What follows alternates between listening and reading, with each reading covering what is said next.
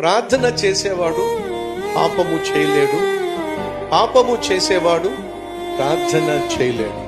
ఈరోజు నువ్వు ప్రభువుతో వ్యక్తిగతంగా కొంత సమయం గడపలేకపోతున్నా, ప్రార్థించడానికి మోకరించలేకపోతున్నా, ప్రార్థించడానికి సమయాన్ని కేటాయించలేకపోతున్నా, ప్రార్థిద్దాము అనే మనస్సు కూడా నీకు లేదు అనంటే నీ జీవితంలో ఏదో ఒక పాపము నిన్ను పరిపాలిస్తుంది. కాబట్టి నువ్వు మోకరించవలసిన సమయంలో మోకరించలేకపోతున్నావు, ప్రార్థించాల్సిన సమయంలో ప్రార్థించలేకపోతున్నావు, ప్రార్థనలకు జవాబు పొందుకోవాల్సిన సమయంలో జవాబులు పొందుకోలేక ఈరోజు అనేక కష్టాలు గుండా, సమస్యల గుండా, ఆర్థిక ఇబ్బందులు గుండా, అనారోగ్య పరిస్థితులు గుండా నువ్వు వెళ్ళవలసి వస్తున్న ప్రధాన కారణం ఏమిటంటే నువ్వు ప్రార్థన చేయటం.